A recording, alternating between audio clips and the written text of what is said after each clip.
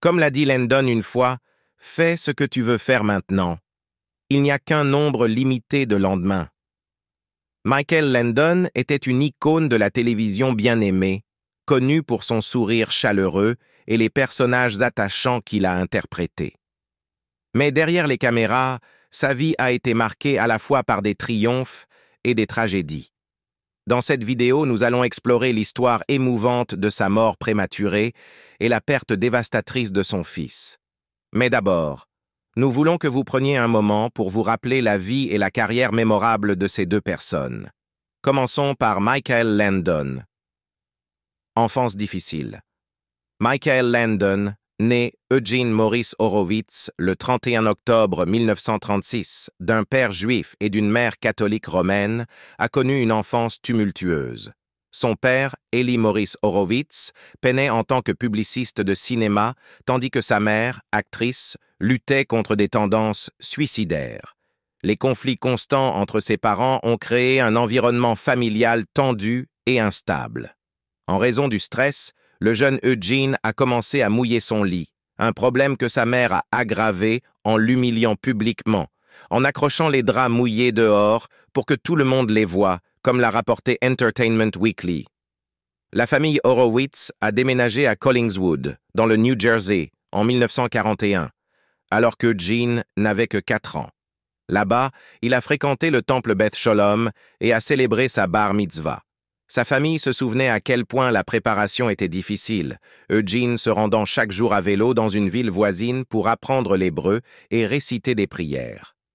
La fille de Landon, Cheryl Landon Wilson, a détaillé les traumatismes de son enfance dans son livre.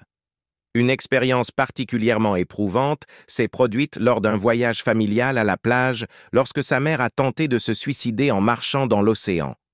Bien qu'il ne sache pas nager, le jeune Eugene s'est précipité dans l'eau et l'a sauvé. Ces expériences l'ont profondément marqué, l'amenant à promettre de ne jamais reproduire les erreurs de ses parents. Enfant, Landon était souvent victime de brimades parce qu'il était à moitié juif et subissait également des tourments supplémentaires à la maison de la part de sa mère. Cheryl a noté que son père passait une grande partie de son enfance dans la solitude, se réfugiant dans un monde de son propre imaginaire. Malgré les difficultés, Landon excellait en athlétisme, notamment au lancer de javelot.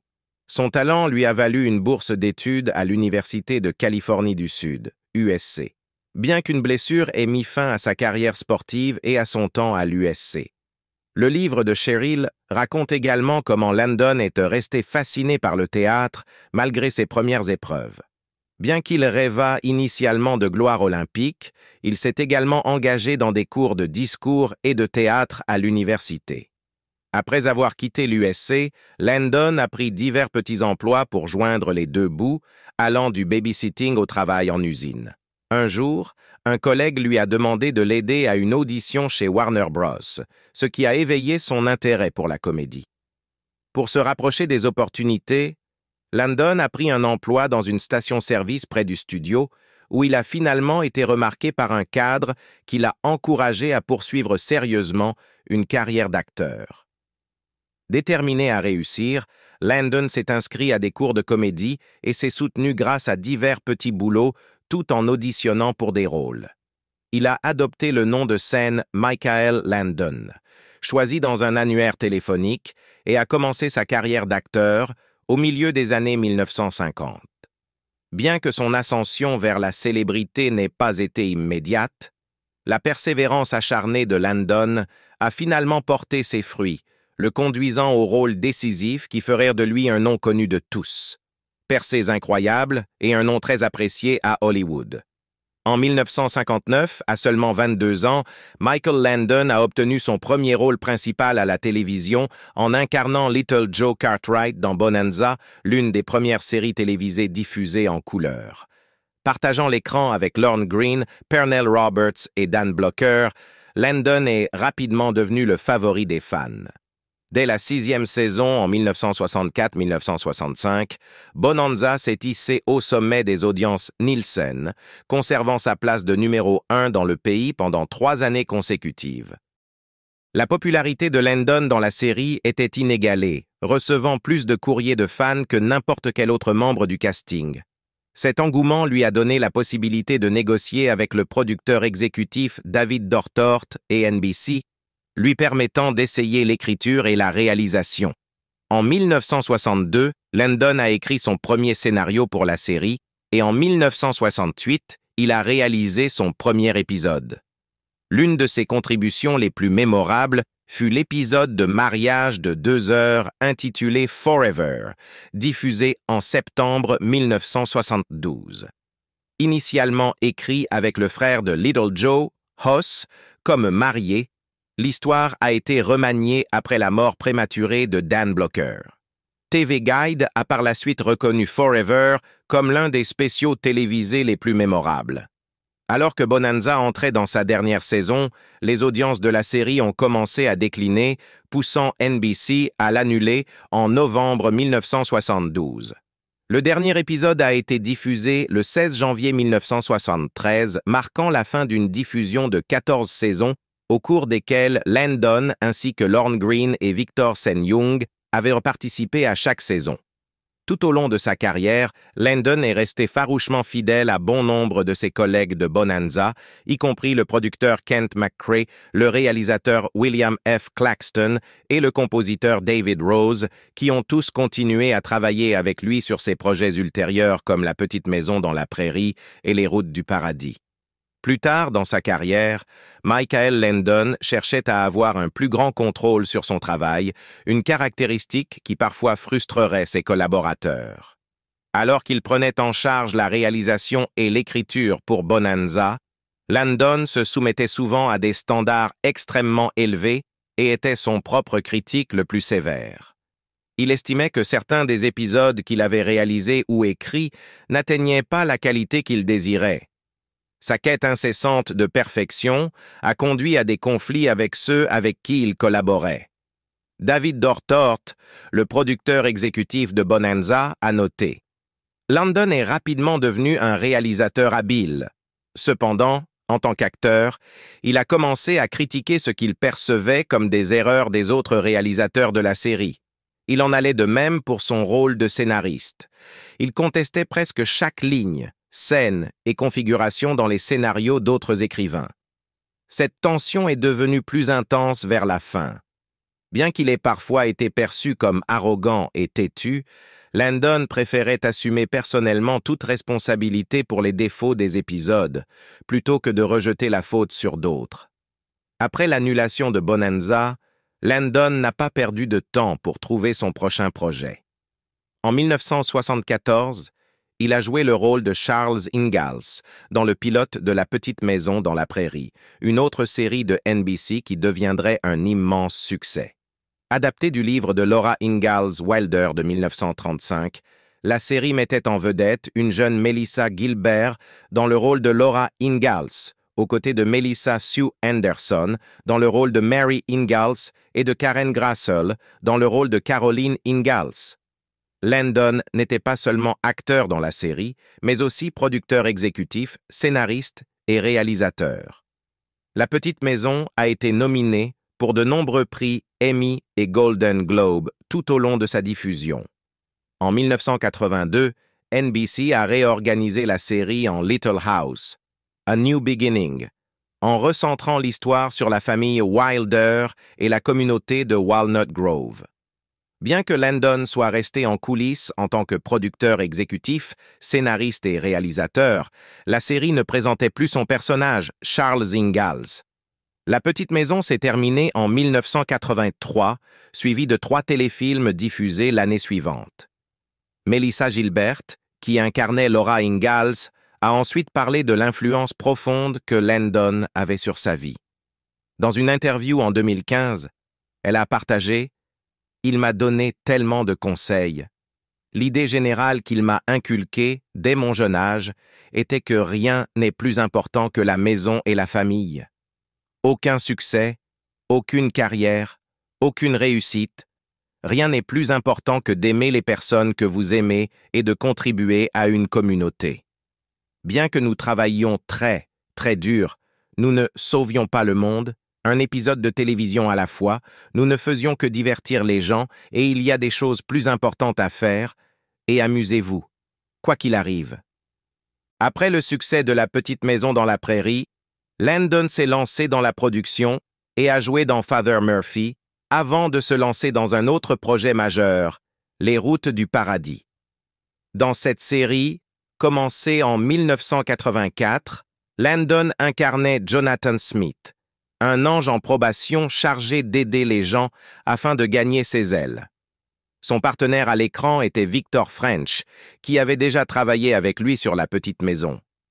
Comme pour ses précédentes séries, Landon a pris de multiples rôles en coulisses, en tant que producteur exécutif, scénariste et réalisateur. Les Routes du Paradis étaient uniques dans la carrière de Landon, car c'était la seule série qu'il possédait entièrement. En 1985, Landon avait non seulement fait venir son fils, Michael Landon Jr., sur le plateau en tant que membre de l'équipe de tournage, mais avait aussi offert des opportunités à de vrais patients atteints de cancer et à des personnes handicapées, allant jusqu'à en engager quelques-uns pour écrire des épisodes de la série. Malgré son succès initial, Les Routes du Paradis a vu ses audiences décliner à partir de la 4e saison, sortant du top 30 des audiences Nielsen. NBC a annoncé que la série reviendrait pour une 5e saison abrégée en 1988, mais ce serait la dernière. Les derniers épisodes ont été tournés à l'automne 1988 et la série s'est officiellement terminée en 1989. Tragiquement, le co-star et ami proche de Landon, Victor French, est décédé d'un cancer du poumon avancé le 15 juin 1989, avant la diffusion de l'épisode final de la série. Landon a honoré la mémoire de French en invitant sa plus jeune fille, Jennifer Landon, à apparaître dans le dernier épisode. Les Routes du Paradis a marqué la fin d'une ère dans la carrière de Landon, mais son héritage en tant qu'acteur, producteur et réalisateur continue d'influencer la télévision à ce jour. Avez-vous vu des films ou entendu des chansons de Michael Landon? Si oui, veuillez partager avec nous votre préféré ou celui qui vous a le plus marqué dans la section des commentaires ci-dessous. En attendant, n'oubliez pas de liker et de partager ces vidéos avec vos amis et votre famille. Aussi, n'oubliez pas de nous soutenir en vous abonnant à cette chaîne. Nous promettons de vous apporter uniquement du contenu exclusif et des vérités les plus choquantes. Merci pour votre soutien chaleureux. Une grande famille et des mariages tumultueux. La vie personnelle de Michael Landon a été marquée par 3 mariages, chacun contribuant à sa grande famille de 9 enfants, dont 3 adoptés. Son premier mariage a eu lieu avec Dodie Levy Fraser en 1956. Dodie avait un fils, Mark Fraser Landon, que Michael a adopté et considéré comme son propre enfant. Le couple a également adopté un deuxième fils, Josh Fraser Landon, alors qu'il était encore bébé. Malgré les promesses initiales, le mariage a rencontré des difficultés, menant à leur divorce en 1962.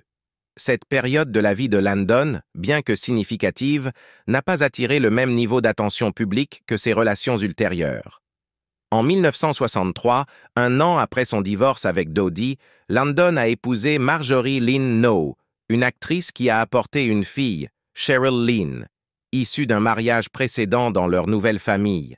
Cheryl avait 9 ans lorsque Landon est devenu son beau-père et il l'a rapidement adoptée comme sa propre fille. Le couple a eu ensemble 4 enfants biologiques, Leslie Ann, Michael Landon Jr., Shona Lee et Christopher Beau. Ce mariage a duré près de 2 décennies et a coïncidé avec le sommet de la carrière télévisuelle de Landon, avec Bonanza, La Petite Maison dans la Prairie, et plus tard, Les Routes du Paradis. Cependant, à mesure que la célébrité de Landon grandissait, les pressions sur son mariage augmentaient également, culminant en un divorce très médiatisé en 1982. La fin de leur mariage a été largement couverte par les médias, notamment parce qu'elle impliquait la relation de Landon avec une autre femme, Cindy Clerico. Cindy Clerico, une maquilleuse sur le plateau de La Petite Maison dans la Prairie, est devenue la 3e épouse de Landon en 1983, juste un an après son divorce avec Lynn. Ce mariage a suscité une controverse et des critiques importantes. La relation de Landon avec Cindy, beaucoup plus jeune et ayant travaillé étroitement avec lui sur le plateau, a été perçue par beaucoup comme une trahison de son mariage de longue date avec Lynn. La presse et le public ont été prompts à juger avec des accusations d'infidélité entachant l'image publique irréprochable de Landon. Malgré les critiques, Landon et Cindy sont restés ensemble et leur mariage a donné naissance à 2 enfants, Jennifer Rachel Landon et Sean Matthew Landon. Jennifer a plus tard suivi les traces de son père en poursuivant une carrière d'actrice. Le mariage de Landon avec Cindy, bien qu'initialement entaché par le scandale, s'est avéré durable et empreint d'amour. Le couple est resté uni jusqu'à la mort de Landon en 1991. Cindy l'a soutenu pendant sa bataille contre le cancer du pancréas, qu'il a finalement emporté. Elle a déclaré que leur relation était différente des mariages précédents de Landon. « Je lui donne sa liberté, et en retour, j'obtiens la mienne aussi », a dit Clerico. Landon a confirmé que sa 3e épouse, Cindy Clerico, n'était pas en crise de la quarantaine. Il a également partagé qu'il n'avait jamais eu l'intention de blesser Noé. Vous ne dissolvez pas une relation pour aller au lit avec quelqu'un de 20 ans plus jeune? Il doit y avoir des différences majeures et un besoin profondément enraciné de mettre fin à une relation après autant d'années de mariage, a déclaré Landon. J'aurais tout fait pour que cette relation continue, mais je ne pouvais pas, a-t-il poursuivi. Ce n'est pas seulement difficile pour l'épouse, c'est aussi douloureux pour le mari. Mauvaises habitudes, cancer et une mort tragique. Le 2 avril 1991, alors qu'il était en vacances de ski dans l'Utah, Michael Landon a commencé à ressentir des maux de tête sévères. 3 jours plus tard, il a été diagnostiqué d'un cancer du pancréas s'étant propagé aux tissus et aux vaisseaux sanguins autour de son pancréas, le rendant inopérable et terminal. Landon attribuait son cancer à ses habitudes de tabagisme et de consommation d'alcool, et il a tenté d'arrêter de fumer après la mort de son collègue Victor French, qui avait succombé à un cancer du poumon. Malgré le pronostic sombre, Landon a affronté sa maladie avec une attitude résiliente. Dans une interview pour Life Magazine, il a exprimé sa détermination en disant « Regardez, il y a 2 choses qui peuvent arriver. Je peux gagner ou je peux perdre. Et je peux gérer les 2. » Après son diagnostic, il a consacré beaucoup de temps à sa famille et a exploré diverses options de traitement, y compris la chimiothérapie et les thérapies expérimentales. Suite au diagnostic de cancer, qui s'était également répandu au foie, Landon s'est retiré dans son ranch de Malibu avec sa 3e épouse, Cindy, où il a adopté un régime végétarien et a commencé un programme de vitamines, d'enzymes et d'acupuncture. Landon est resté optimiste, affirmant que sa foi en Dieu et en sa famille l'aidait à surmonter sa peur de la mort. « Je ne vois pas pourquoi je devrais craindre la mort. Et je n'ai pas peur. Je ne veux pas mourir, et je vais me battre comme un diable pour ne pas le faire, mais je n'ai pas peur de mourir, » a-t-il remarqué. Le 9 mai 1991, Landon est apparu dans The Tonight Show starring Johnny Carson, où il a discuté de son diagnostic de cancer et critiqué la presse à scandale pour avoir diffusé des histoires sensationnalistes et inexactes. Il a également profité de l'occasion pour demander à ses fans de prier pour lui. Pour les familles avec un proche atteint de cancer, elles comprennent combien le combat est difficile et combien une attitude mentale positive peut être cruciale, a-t-il déclaré. Il faut rester positif et adopter une mentalité de « je vais vaincre ça », car l'aspect mental est plus de la moitié de la bataille. Seulement 12 jours plus tard, il a subi une chirurgie réussie pour un grave caillot sanguin dans sa jambe gauche. En juin, il est apparu en couverture de Life Magazine, donnant une interview exclusive sur sa vie et son combat. Dans son livre « I Promise My Dad », Cheryl Landon Wilson a exprimé un profond regret quant à la mauvaise communication qui a conduit à ce que son père passe moins de temps avec ses enfants durant ces dernières semaines. Elle a ressenti de la douleur et du regret en découvrant que les restrictions sur les visites n'étaient pas telles que rapportées par Cindy Clerico, la 3e épouse de Landon. Selon sa fille, Michael Landon n'avait pas accordé de priorité à sa santé avant d'être diagnostiqué du cancer qui a finalement emporté sa vie. Leslie a révélé dans une interview que son père était connu pour son entêtement, ce qui se manifestait également par son refus de planifier des bilans de santé réguliers. « L'entêtement de mon père était bien connu », a-t-elle déclaré. Maintenir sa santé n'était pas une priorité pour lui. Il avait tendance à la négliger. Ma mère avait souvent du mal à le convaincre de faire ses bilans de santé. Leslie a raconté qu'au moment où Landon ressentait une douleur incontrôlable dans son ventre pendant les vacances, la situation est devenue suffisamment urgente pour qu'il doive rentrer chez lui plus tôt pour obtenir des soins médicaux. En réfléchissant à l'approche de son père en matière de santé, Leslie a supposé que s'il était encore en vie aujourd'hui, il reconnaîtrait son erreur. Il dirait « J'aurais vraiment dû être plus assidu à propos de ma santé et des examens réguliers chaque année. » Elle a également reconnu que des personnes comme son père mettent souvent leur famille avant leur propre santé, ce qui conduit à négliger les soins médicaux personnels. Dans les jours précédant sa mort, Michael a réuni tous ses enfants chez lui à Malibu, en Californie, selon l'émission de 2019 Autopsy, The Last Hours of. Tandis qu'ils veillaient tous dans sa chambre, Michael a demandé à avoir un moment de solitude avec Cindy. « Je vous aime tous beaucoup, mais pourriez-vous descendre et me laisser un moment avec Cindy ?» a demandé Michael. C'était un homme occupé, brûlant la chandelle par les deux bouts, a partagé sa fille Leslie en 2021 pour le 30e anniversaire de sa mort. Je pense que sa propre santé est passée au second plan. Michael Landon est décédé le 1er juillet 1991 à son domicile de Malibu à l'âge de 54 ans, avec sa femme à ses côtés. Il a été inhumé au Hillside Memorial Park Cemetery à Culver City, en Californie, dans un mausolée familial privé. Sa pierre tombale porte l'inscription « Il a saisi la vie avec joie. Il a donné la vie généreusement.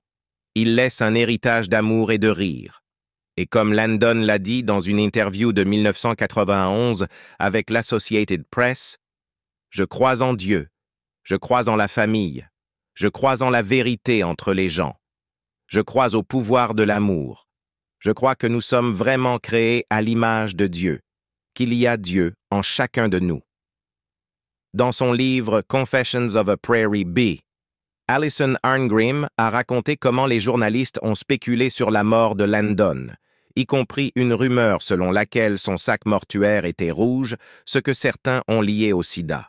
Arngrim a précisé que le sac mortuaire était en réalité bordeaux et de meilleure qualité, dissipant les rumeurs infondées. Elle a critiqué la nature intrusive de la surveillance médiatique, même après la mort. Arngrim dit que si vous êtes célèbre, vous ne pouvez pas profiter d'un moment de paix, même lorsque vous êtes mort, et reproche aux paparazzi d'être un groupe d'idiots. Il a été pardonné et se souvient avec tendresse. Michael Landon, malgré son esprit courageux, a laissé un vide dans le cœur de nombreux fans lorsqu'il est décédé à l'âge de 54 ans en juillet 1991. Sa mort a suscité des hommages sincères. L'ancien président Ronald Reagan a commenté le combat tragique de Landon contre le cancer et son esprit indomptable, soulignant l'impact vaste de son combat. Les funérailles de Landon, un événement privé auquel ont assisté 500 personnes, ont eu lieu dans un parc commémoratif à Los Angeles.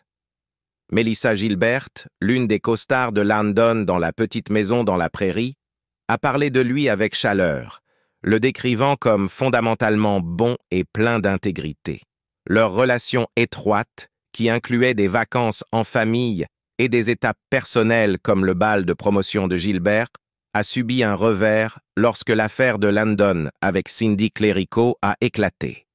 Gilbert a été profondément blessée par cette révélation, ce qui a affecté leur relation. Cheryl Landon Wilson a noté que Gilbert avait été choquée par l'affaire et a commenté publiquement comment les actions de Landon révélaient ses imperfections. Leur relation est restée tendue jusqu'à ce qu'ils se reconnectent brièvement avant la mort de Landon. Dans ces derniers jours, la santé de Landon s'était considérablement détériorée. Gilbert, qui l'a visité une semaine avant sa mort, a été choqué par son apparence fragile, notant qu'il semblait presque invisible par rapport à son ancienne apparence forte et vibrante. Landon avait précédemment annoncé son diagnostic de cancer lors d'une conférence de presse et avait lutté contre la maladie avec une combinaison de traitements traditionnels et alternatifs. « Il a été mon mentor et l'une des plus grandes influences de ma vie », a-t-elle écrit. Gilbert a incarné Laura Ingalls Wilder et Michael a joué le père de Wilder, Pa. Mike était aussi un mari, un frère, un père, un grand-père et un ami lorsqu'il est décédé il y a 31 ans. Sa mort a laissé un énorme vide dans la vie de ceux d'entre nous qui l'ont connu personnellement. Dans un essai de 2022 pour PenCan, Melissa Gilbert a écrit comment, 31 ans plus tard, elle pense toujours à son père de télévision. Shannon Doherty a également rendu hommage à Landon sur son podcast Let's Be Clear, notant que le fait de l'avoir eu comme mentor pendant qu'elle jouait dans La petite maison dans la prairie a ravivé sa passion pour la comédie. « Il était tout simplement incroyable », a déclaré Doherty. « Tellement talentueux, tellement gentil, tellement attentionné. Cela m'a vraiment aidé à me forger. » Karen Grassl, une autre co-star de La petite maison, a également réfléchi à sa relation complexe avec Landon dans ses mémoires Bright Lights, Prairie Dust.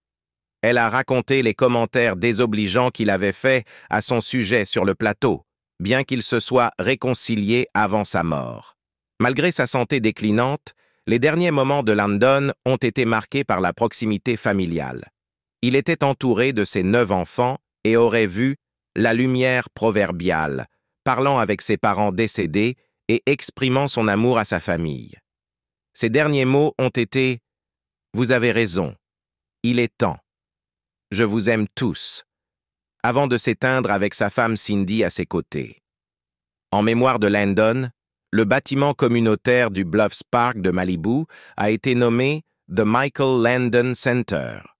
Son fils, Michael Jr., a produit un spécial hommage intitulé Michael Landon, Memories with Laughter and Love, qui présentait des témoignages de la famille, des amis et des co-stars.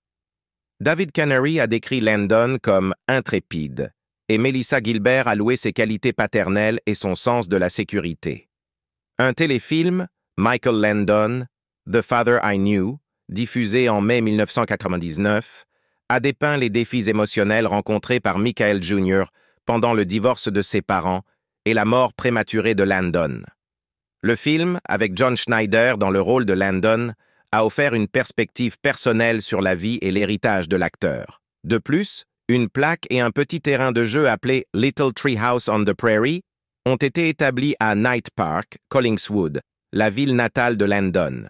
Bien que la plaque ait été temporairement enlevée en 2011, lors d'un nettoyage d'automne, elle a été réinstallée plus tard dans un endroit plus sûr à côté d'un banc l'été suivant. Que dire de son cher fils, Mark Landon? Mark Fraser. Landon était le fils de Dodie Levy Fraser et a été adopté à l'âge de 7 ans par son mari de l'époque, l'acteur Michael Landon. En tant que l'aîné des 9 enfants de Michael Landon, Mark a suivi les traces de son père en faisant des apparitions dans 3 films. Notamment, il a joué un rôle dans le téléfilm Us de CBS en 1991, qui a été écrit et réalisé par Michael Landon peu avant sa mort. Le film a été diffusé quelques mois après le décès de Landon. Mark a également joué un rôle mineur en tant que Navy SEAL dans le film Goodbye America de 1997. Le 11 mai 2009, Mark a été retrouvé décédé dans sa maison de West Hollywood sur North Switzer Avenue.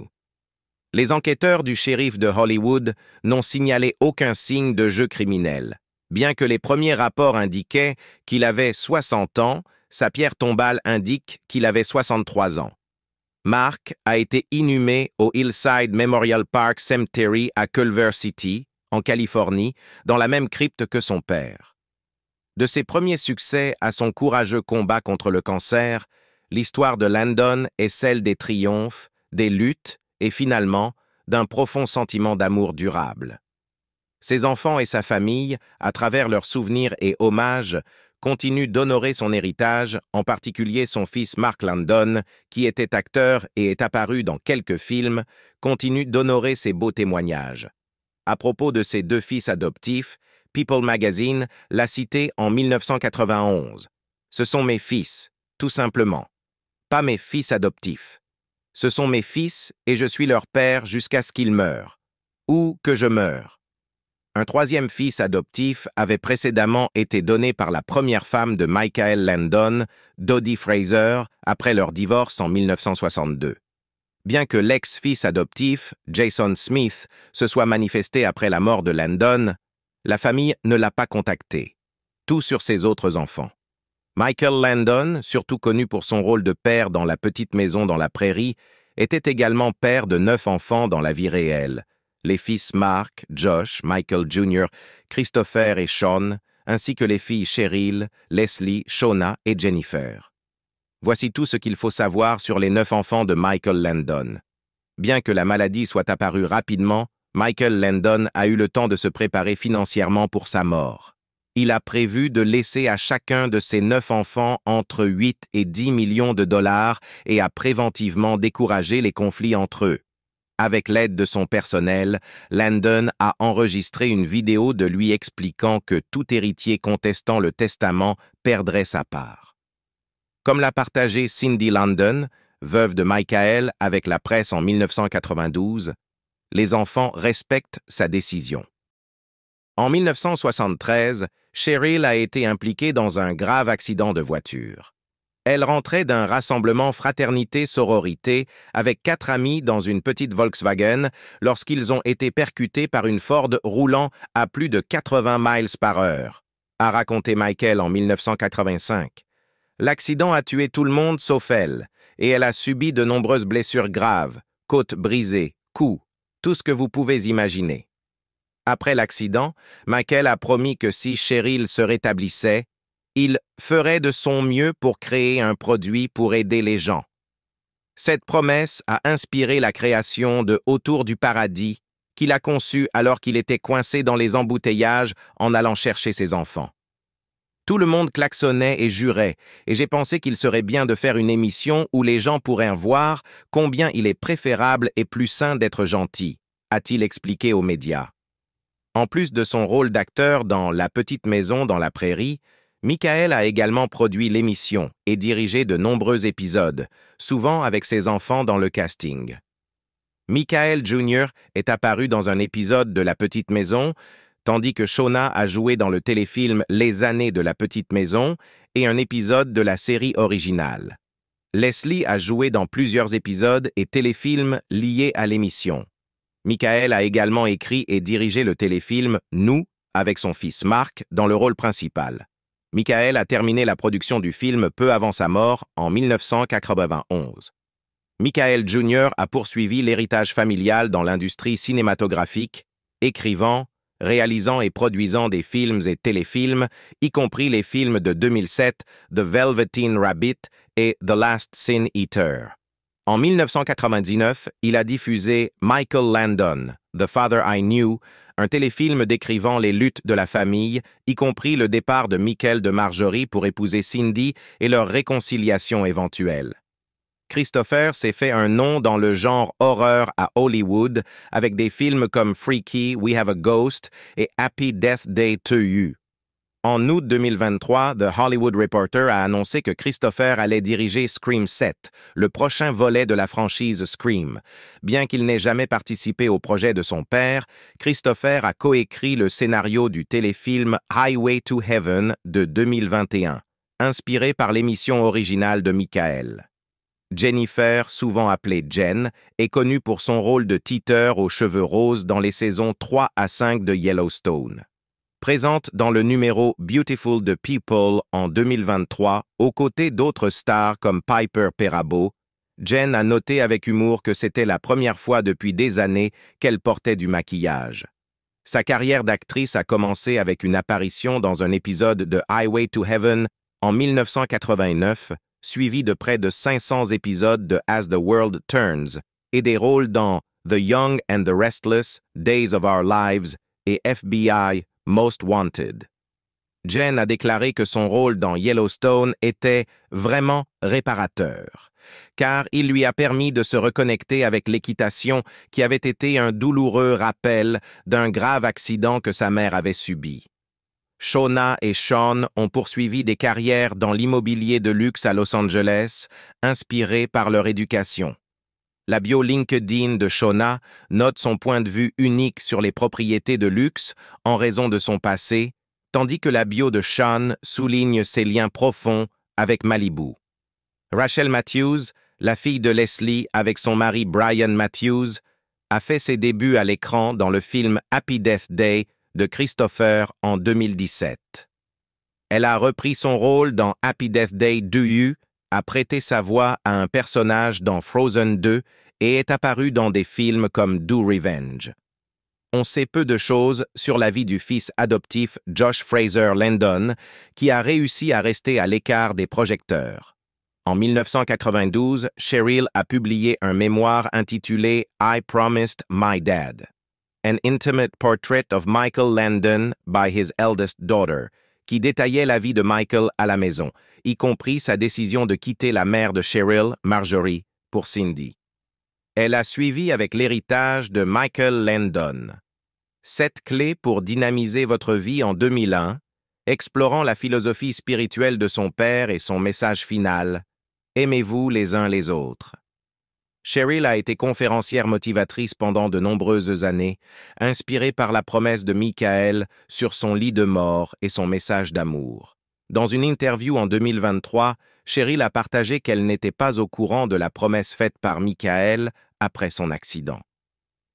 Je l'ai regardé sur son lit de mort et j'ai demandé « Tu as fait cette promesse pour ma vie ?» Et il a serré ma main en disant « Nous ne savons pas comment nous aimer les uns les autres. Nous avons oublié. » Cette réalisation l'a motivé à partager le message d'amour de Michael comme son héritage durable. Plus tôt cette année, Landon Matthews et son frère Michael Landon Jr. ont assisté à une réunion de casting et à un festival à Simi Valley, en Californie, célébrant le 50e anniversaire de l'émission. Lorsque nous sommes arrivés, nous ne savions pas. Il pourrait y avoir une file d'attente, c'est tout autour du coin, a déclaré Landon Jr. lors de l'événement. Oh mon Dieu, c'était incroyable. Et vous avez totalement ravivé notre amour pour l'émission. Merci pour cela. Et voilà, c'est la fin de l'histoire d'aujourd'hui. Comment vous souvenez-vous de Michael Landon et de son fils Mark Landon? Quel moment de leur vie et de leur carrière résonne le plus avec vous? Partagez vos pensées dans les commentaires ci-dessous. Nous aimerions connaître votre avis. Si vous avez trouvé cette vidéo intéressante, merci de lui donner un pouce bleu et de vous abonner à notre chaîne pour plus d'histoires plongeant dans la vie de figures iconiques. N'oubliez pas d'activer la cloche de notification pour ne jamais manquer une mise à jour. Merci de votre attention et à bientôt dans la prochaine vidéo.